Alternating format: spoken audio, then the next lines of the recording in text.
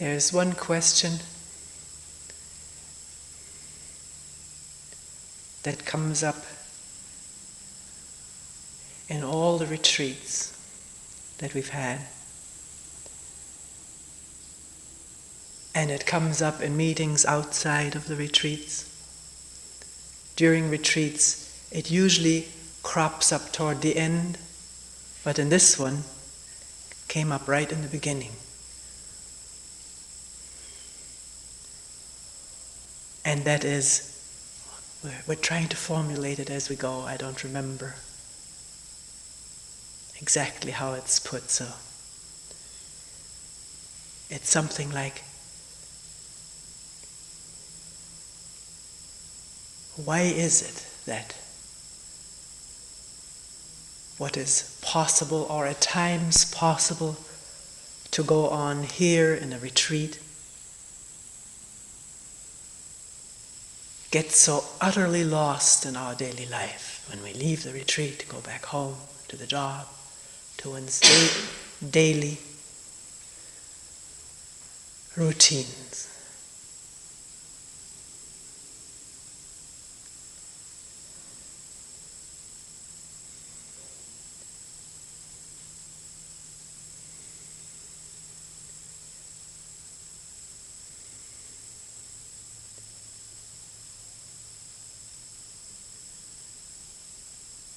Or why is it that in our daily life, outside of a retreat, there is this tremendous momentum of reactions? One reaction leading to another in the other person one may be related with, and that producing more reaction. The mechanicalness of it all, the momentum of it all.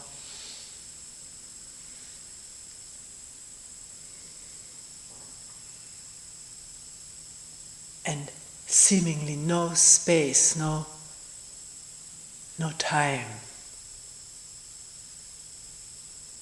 At times, not even a remembrance of something else.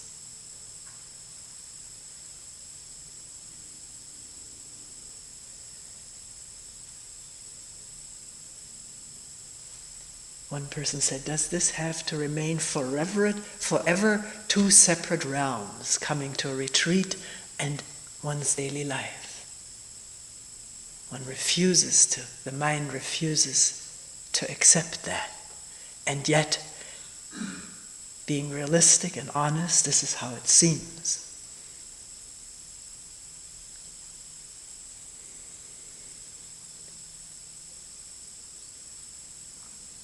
And at times with it, a resentment against this separation.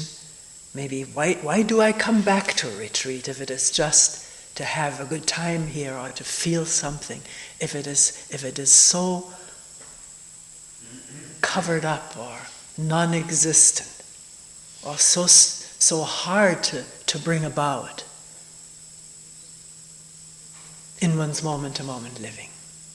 Or the resentment against the daily life.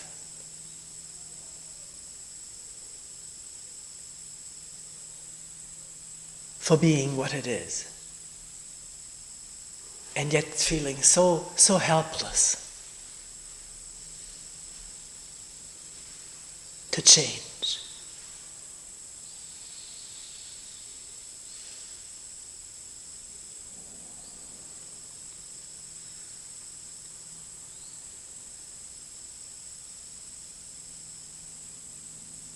One person said, how can it be possible to speak out of awareness and clarity rather than our habitual speaking out of habit? The words, as we all know, just sputtering forth out of a mechanical pattern, a conditioned past.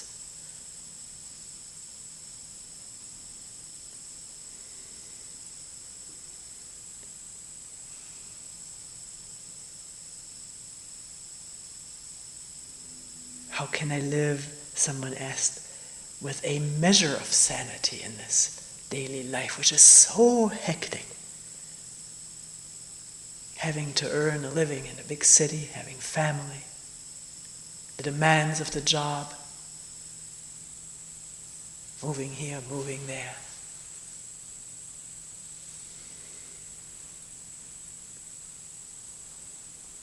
Is it just in coming to a retreat that ongoing cycle can be interrupted?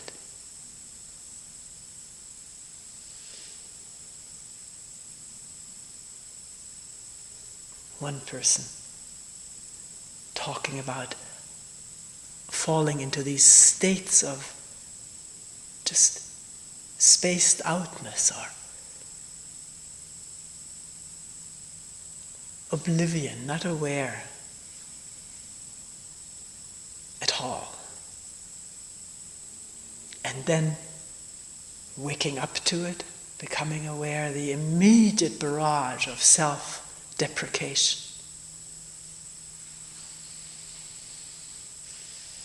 Putting oneself down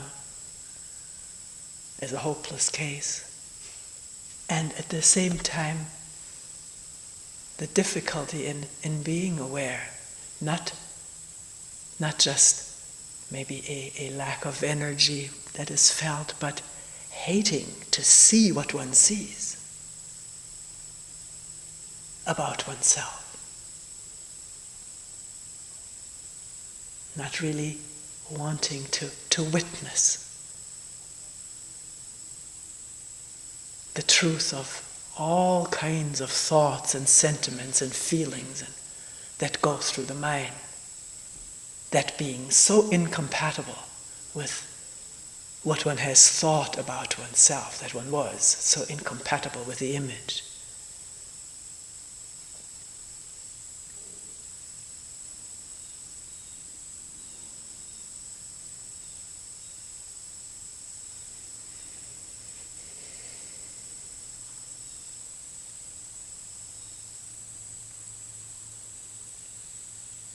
I think in looking at all of this, maybe trying to bring it all together,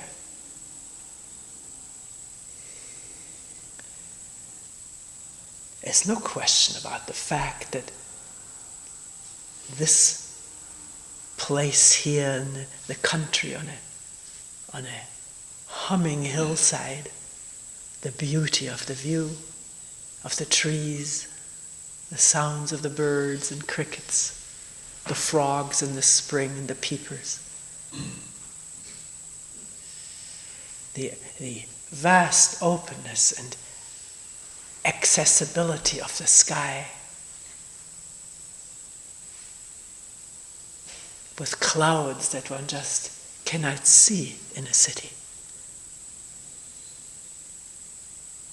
The changes in weather, the early mist rising from the valley, the silence of the woods and the sound of the water. Being together for a week without talking, no conversations going, no ripping of jokes. I'm not putting it down, but we do it. It's how we live.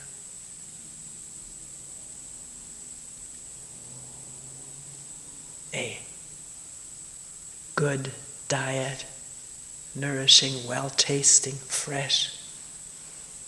Exercise period. Ample opportunity to walk uphill, downhill, to run if one wishes to. One doesn't have to do any shopping and go to the mall. An enormous energy saver, not to have to go shopping.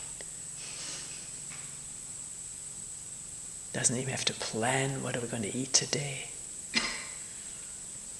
A relatively short period of work.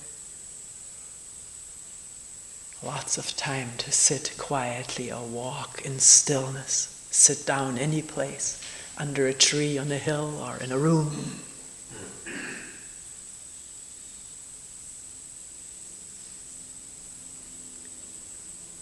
That's what it is, and that is not what one's daily life is. To first of all be clear about that. That's a fact. Different things go on in one's daily life. And if one decides to make this one's daily life as coming on staff, one finds it's not like a retreat.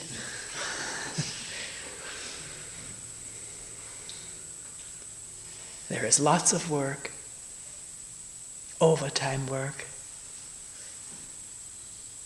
at times. And also, there's lots of talk. There are movies at night on free nights, videos, or one has a free night, and it's not the country, it's Rochester one goes to.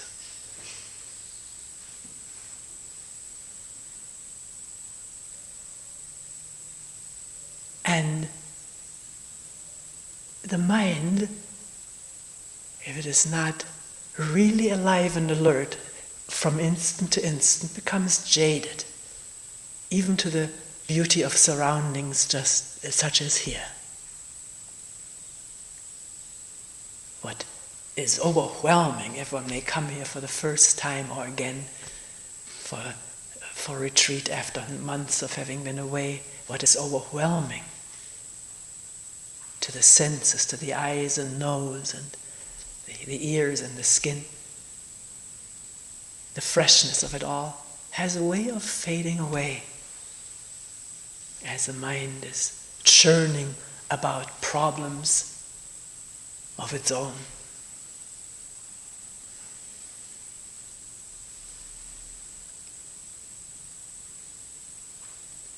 What will my future be? And so forth. Or just the daily work routine, and then the relaxation or entertainment routine has a way of jading the senses.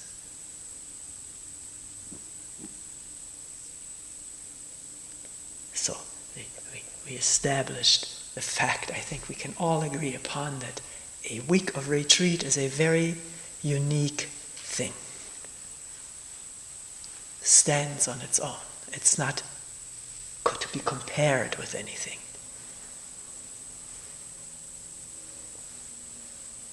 And the quietness and energy and in-touchness with each other and this vast nature around us that it affords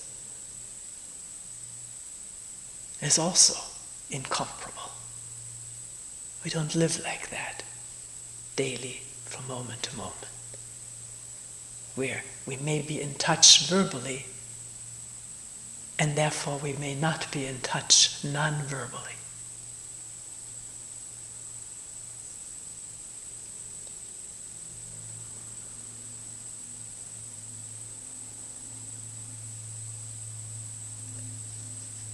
So does this have to be forever more a division in our life, coming to retreat and then the rest of my life? Or can there be a common unifying factor? That even though there is a unique thing going on during a retreat,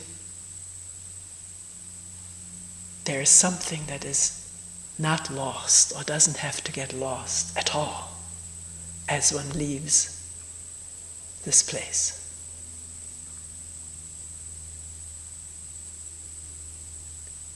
And we're not talking about pictures one may take, photographs, or the remembrance of a moment that is not describable in words, or not just a moment, a day, a half a day. Usually there isn't so much remembrance of when there is the fullness of life, being there completely, which means not dominated by self-interest, self-centeredness. Then there is very little memory. One can observe for oneself, and many people are observing this, that it is the self, the me, with its wants and fears and expectations and so forth, and hurts and pleasures, that registers and remembers in the brain.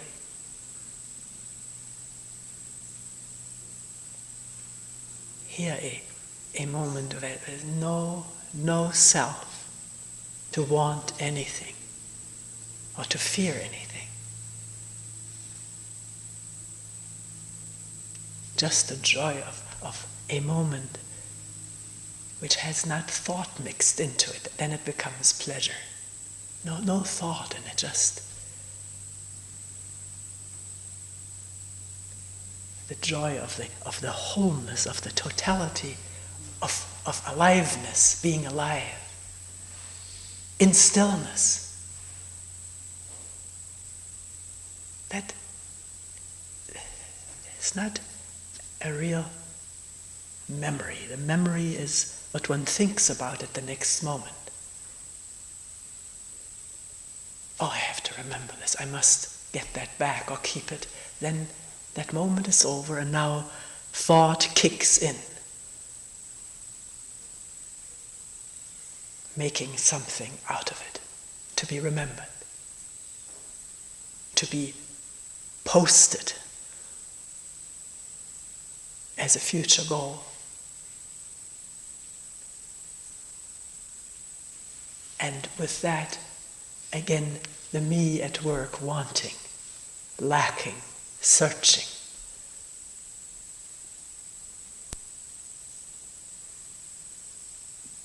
So we were asking a little while ago, is there some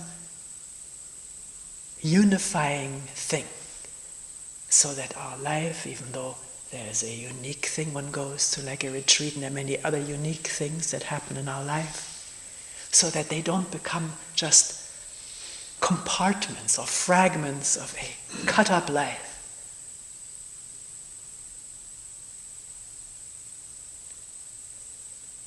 With the pain that goes with this fragmentation. The feeling of cut-offness, of lostness, of loss. And then the constant yearning of to rediscover in the future, when I have time for it again.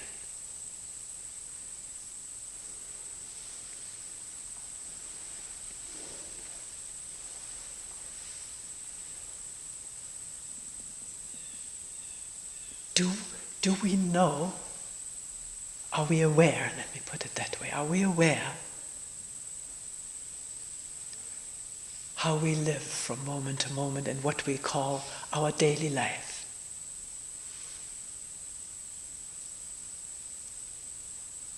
Are we aware at the moment, or do we just remember what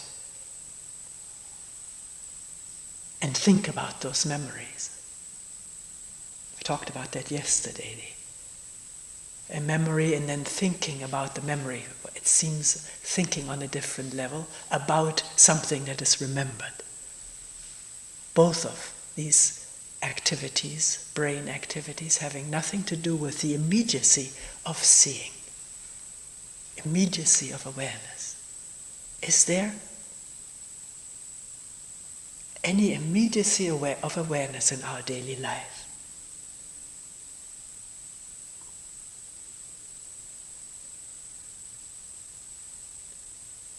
I'm sure there is.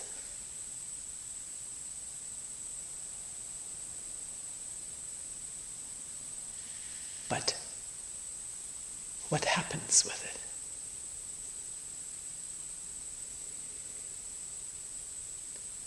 It is as this one person said, I don't want to see what I see. It doesn't look good for me. And is one so bound, so riveted to this image of oneself and feeling the duty a real deep-seated duty to live up to this image of being good, being generous, not being ever jealous, not being envious, being kind and gentle, never violent. Is one so riveted to this multiple image that has been established in us since we were very small, that it is too painful to be aware in our moment-to-moment living. Painful in comparison to the image. Not wanting to look what is there in a human being.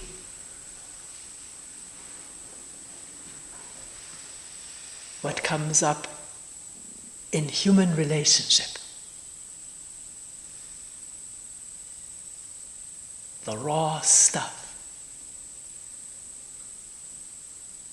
The violence. One person said that today. Amazed to see what brutality and violence goes with desire. The desire to have something and already provided in that movement of desire, or we could put it in terms of energy, but this person said the brutality, the violence of getting that, and nothing getting in my way to get it. Can one observe something like this so factually? Not immediately covered up so nobody sees how I am. I want to be seen how, according to an image of being a nice person, altruistic, considerate of others. But I'm finding out I'm not. Can one remain with such an insight and not shove it under? Not react to it?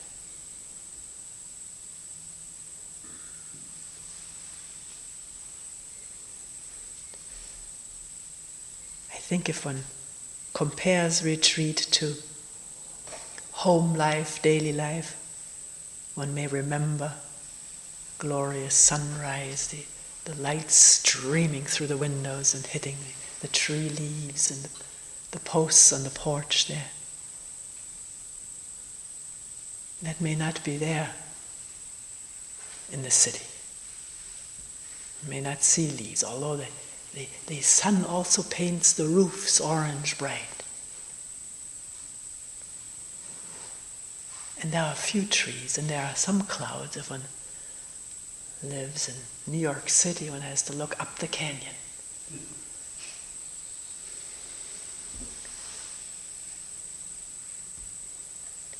But do we have these ideal images of what awareness is? Awareness of the birds singing, or a deer jumping away, or the sputtering of the crick.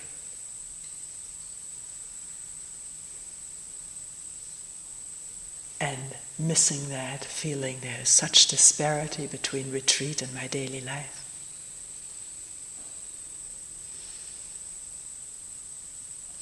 Because the awareness of the sound of the crickets is no different from the awareness of the brutality that accompanies a strong desire. It can be the same awareness if there's the openness to see and perceive what is happening this instant and not identify with it, not make it mine or say it's me. Awareness can only be there if there is no self-centeredness. Not saying, I want to see this but not that, then there's not awareness, then there's just some partial paying attention.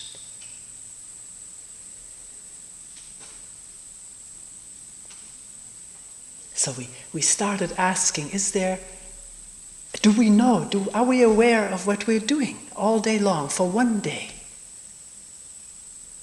wondering whether there can be awareness what one is doing from moment to moment for one day, maybe one morning, maybe 1 hour, maybe 10 minutes. Doesn't matter how long, but aware what is going on in this body and mind and in our relationship with people and things and the world, nature and people and goods. We may not find it interesting, but if we don't find it interesting, we won't pay attention.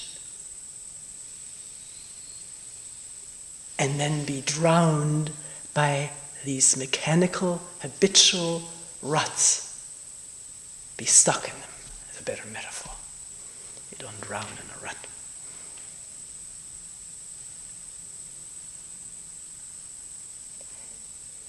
I think we can all agree if we're really vitally interested in something, we go out and do it. We find out. We pay attention. A memory comes to mind. Every summer we used to take the railroad train down south in Germany to a village where there were mountains, and we'd spend some weeks there.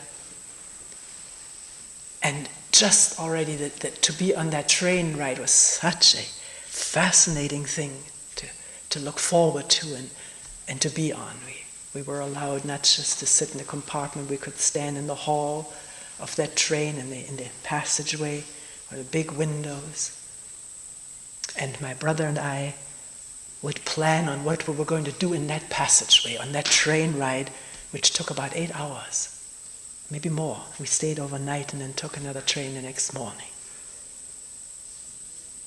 And what we usually came upon was we were going to write down every word that appeared through that window. It was such fun.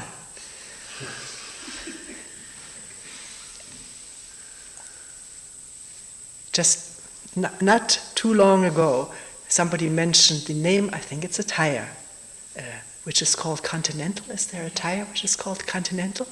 We wrote down Continental. We didn't know what it meant, but that was a big word. And it appeared sort of a little bit decayed under the roof of a stucco house. This was the advertising at our time. Not such beautiful, big, colored posters, but words, more words. And of course the stations, sometimes the train would go too fast, we couldn't catch the name of that little village. But we spent hours there filling up that list, and the longer it got, the better.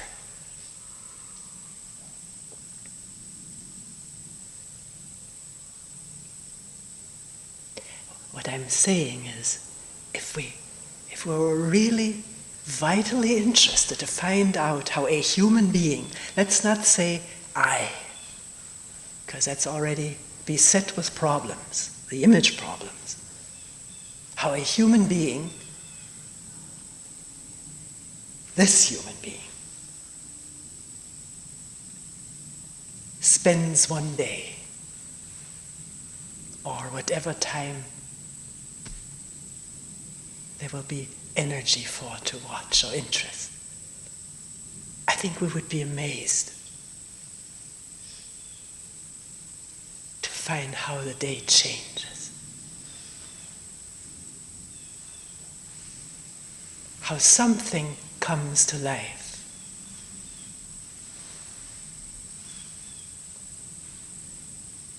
that is not of our ordinary, dreaded, mechanical, dark routine, involvement.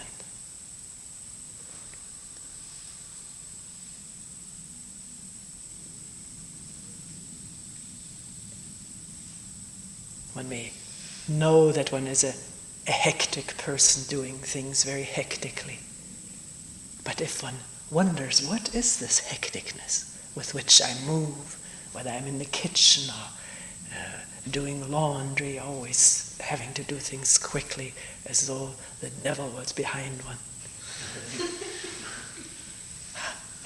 How is it to open a clothespin up? It doesn't take much more time, but just to be there, to feel it. Snap, snap. The bending to put it into the basket, the feel of the laundry, the smell of it. Folding it, smoothing it, putting it down.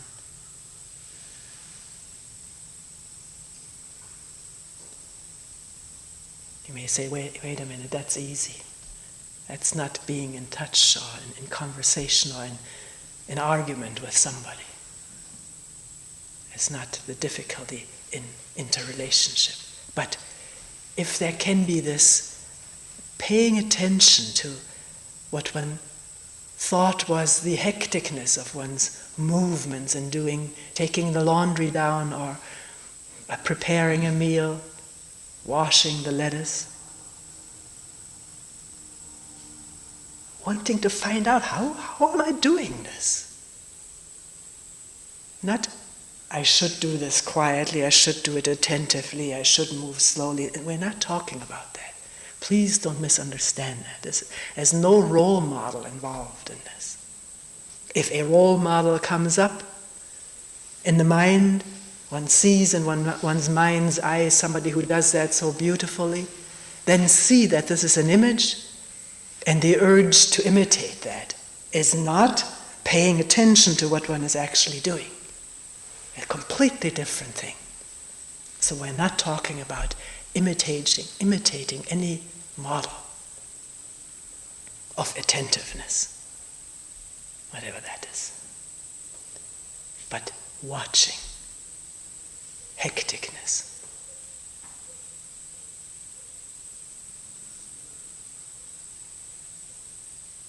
And in the watching, finding out that something slows down.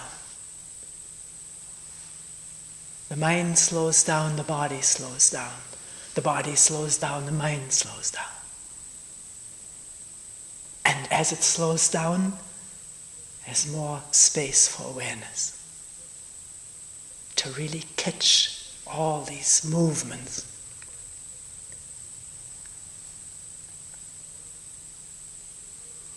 Not in order to have a good day, but in order to find out, how do we live? What is this daily life? We talk so much about this daily life that I have to live. What is it? We don't know. We blank out and automaticness takes over. Does it have to? Are we interested? Do we want to find out about this human being right here?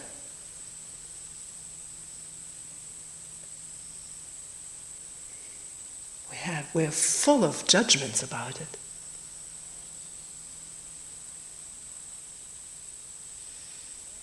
Full of evaluations about ourselves, but this may all be in the realm of thought, an image.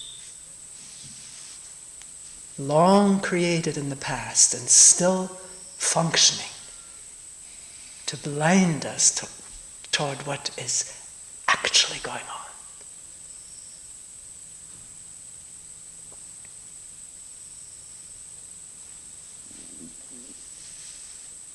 In the opening talk, I think, when in talking about reading materials, and then we said one can also put down all books and read these collected works of oneself. Or the encyclopedia, somebody said.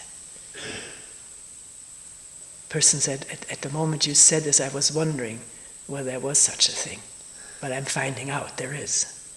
There's an enormous spectrum, panorama of thoughts, emotions, reactions, feelings, remembrances, stuff bubbling up from the unconscious mind, to be seen and not to be judged.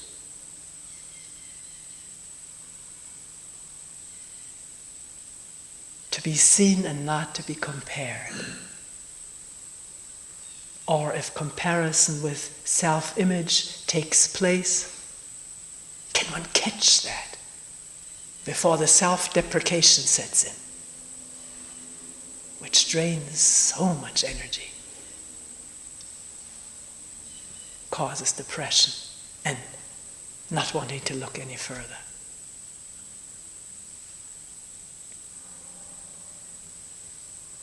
So what are we interested in? Are we really interested in this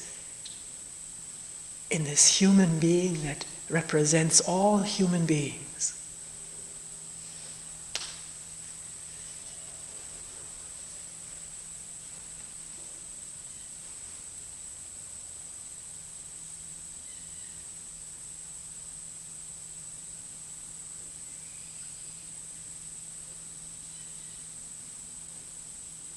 If we say, no, I'm not, then we will continue to live mechanically, unawares, and there will be a perpetuation of the problems, conflicts, grief, sorrow that comes out of this mechanicalness of living together. Because the moment we're inattentive, acting mechanically, the self-center is in command. It sits in the driver's seat. That's inevitable. One can observe this for oneself. A moment of the openness of awareness, no self-center there. There's no demand made on anybody or anything. There's no expectation to get something. There's no thought of arriving someplace. And there's no fear.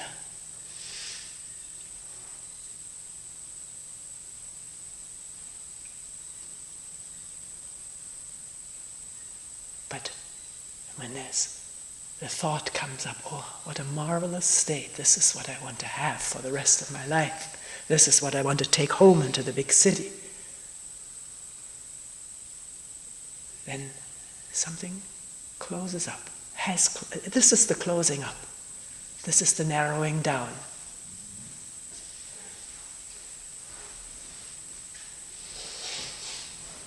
And as we live in grooves and channels, there is the me with its desires and the violence that goes with desire.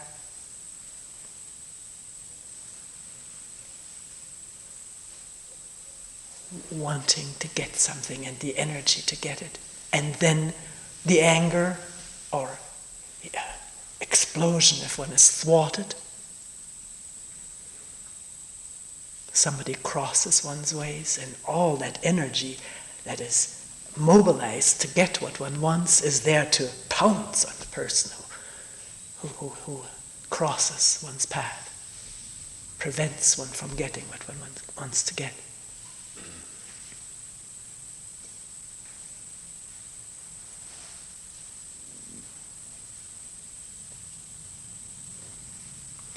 Coming back to the question that came up in several meetings by different people.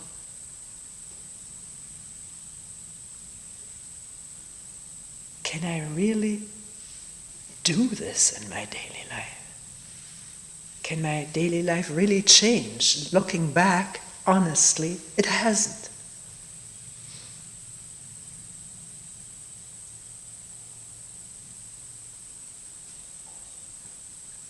At times, I'm gripped, says the human being, but a tremendous desperation. Just the bottom of despair over this.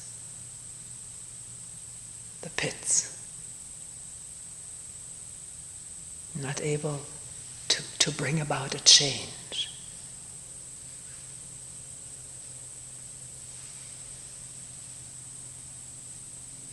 The same patterns running with their consequences, with their divisiveness and separativeness. self-isolation and the despair. And then the question, is there any hope? Can what is going on here ever flower in one's daily life?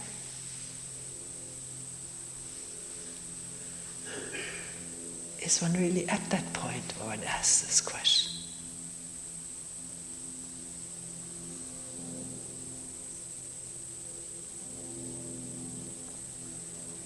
Or is it all just mental?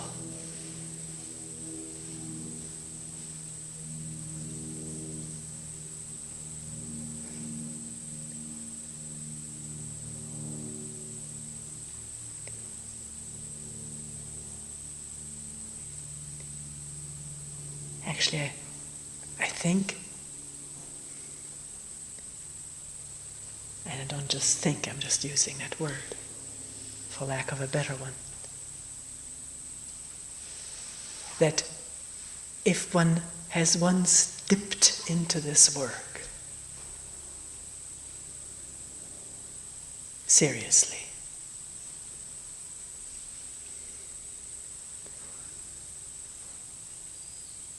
that one doesn't have a choice but to continue with it. I'm not trying to brainwash. Sounds like that, doesn't it?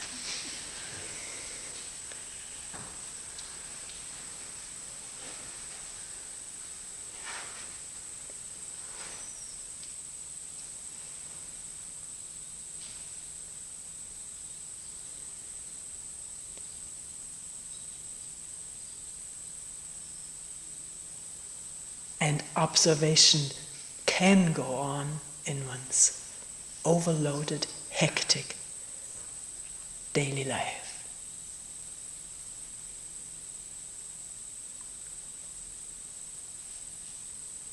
If it doesn't go on,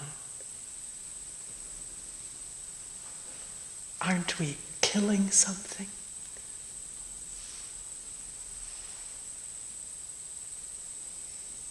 Ourselves.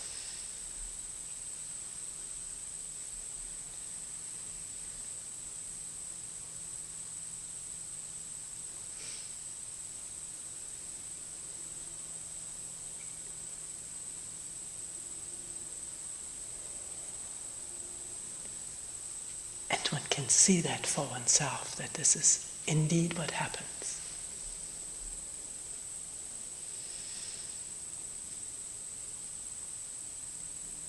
And how does one see it? As a universal human fact, that when there's no attention, no awareness,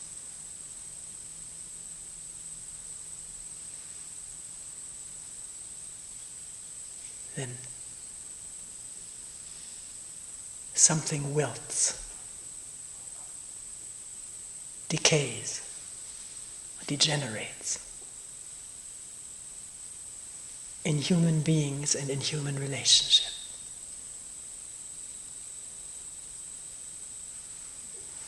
Because then there's just images relating to each other.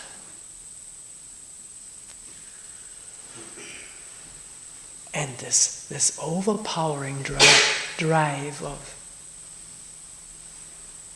self-center, needing to get for oneself.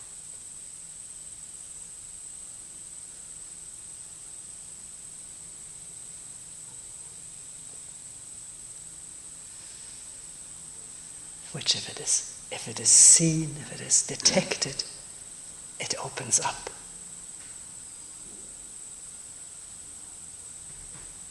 One sees what is happening. It's clear. And when there's opening up, the other person is not just an object there for one's own satisfaction or fulfillment or use. But one sees that other person openly for what he or she is doing, saying, acting. one understands from observing oneself what we're all about.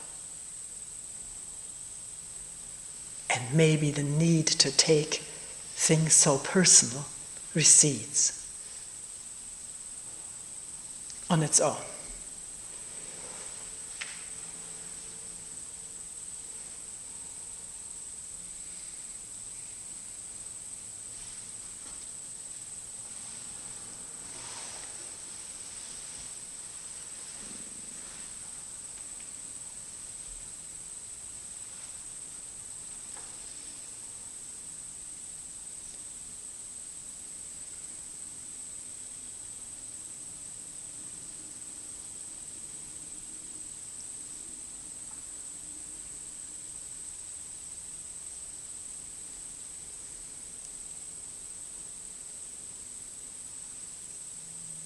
People say when I'm in the height of an argument or difficult situation, and it's anger, so difficult to be attentive. But maybe one isn't always at the height of an argument. The argument starts someplace. The day starts with waking up. Where is one?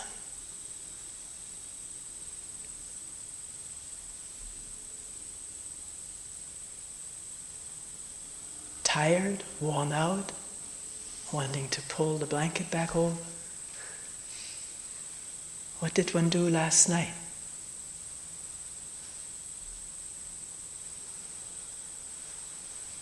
To question, not, I don't want to sound moralistic at all, I'm inquisitive.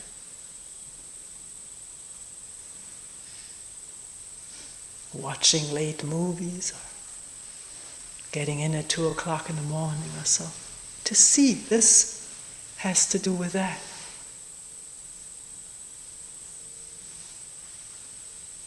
And it doesn't have to be brimful of energy to see. Tiredness and reflect on what one did, what sleep did one get.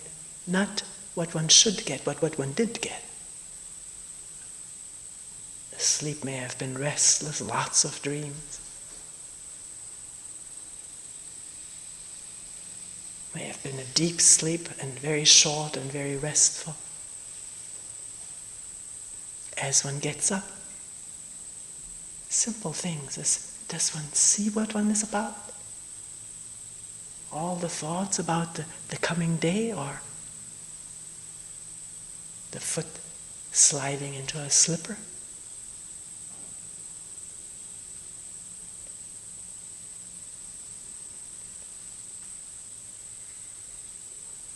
The hecticness may start taking over, the gulping down of the breakfast. But one can watch. One can watch the gulping. Not say, I must eat slowly now like during retreat. But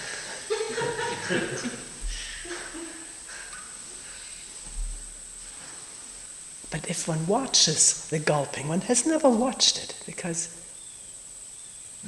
the mind, when one gulps, because the mind is already someplace else. Maybe the gulping will sort of disentangle itself when there is this benign, gentle watching. Benign, I'm saying, it is not judgmental. It doesn't hold up models. It just watches.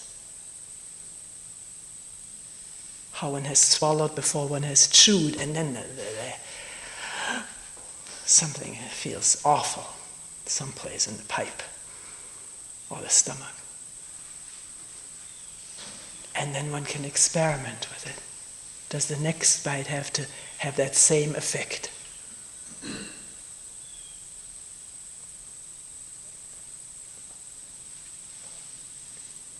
It doesn't if one watches. One does. One does chew before one swallows if one pays attention. It follows naturally. And maybe the breakfast didn't take much longer than the other way. And yet, something is not lost. The next moment is met differently, is not met with an increasing tension, increasing feeling of being harassed. And therefore, when somebody says something, there may be the openness of listening and not getting angry, realizing a person is just as tired getting up from last night as oneself is, and therefore not very gentle, irritated, as one feels oneself or has felt.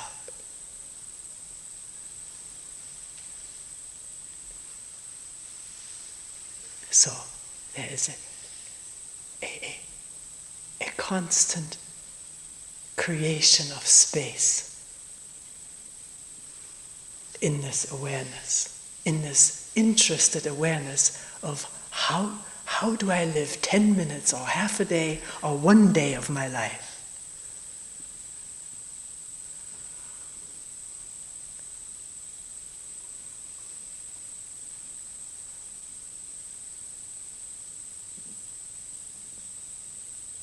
Without identifying with any image of how I should do it. Watching the image when it comes up and seeing what it is, an image, that's all.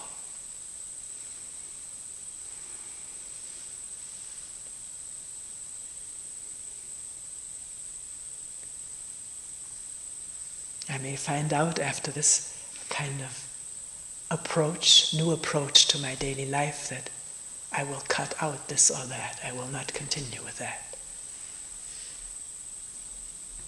I may or may not. I may not need to make that much money or get a promotion, because I understand now directly how I live already without the promotion.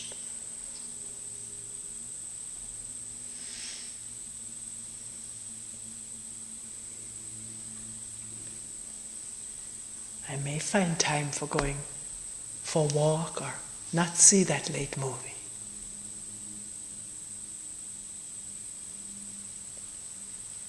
I don't know. It all depends on the interest and clarity of observation, finding out how we human beings live, what we really need to pay the rent or support the family, and what is extra, either want or just habit. Thinking I have to do this and finding out I don't.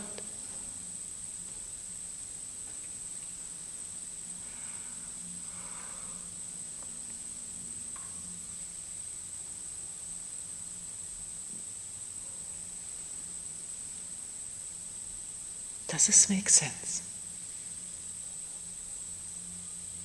Please bring it up in meetings if it doesn't, or if you want to go further with something, well, do it.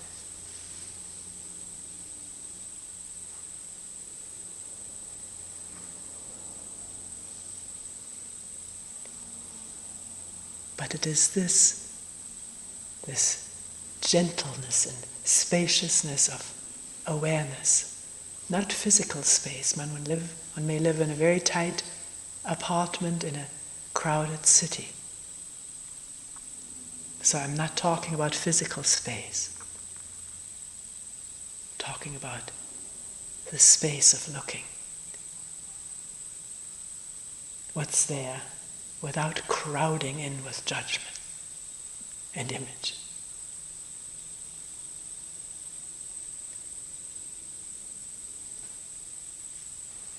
So, silently too, not just spaciously, but silently. Silent meaning not immediate habitual reaction to me or you, but listening, because I want to find out how we live this day. 10 minutes. And that spacious silence of listening is no different from retreat.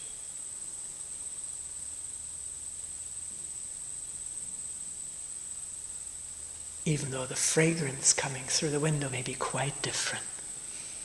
It may be smog.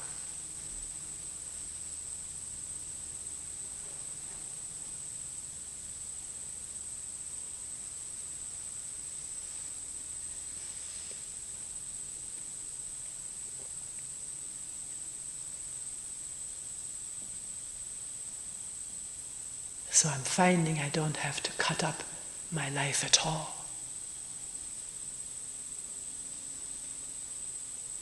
Because this silent spaciousness of listening can come up any place, anywhere.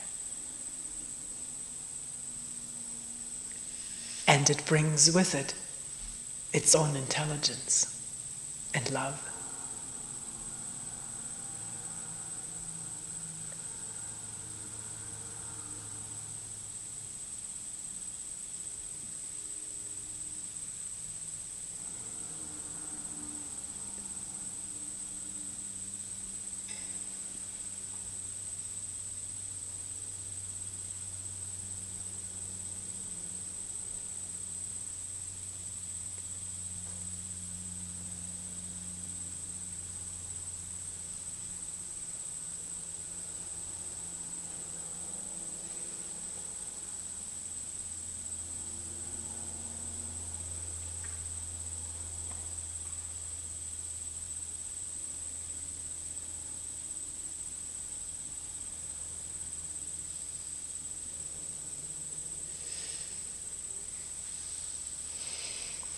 We will end here for today.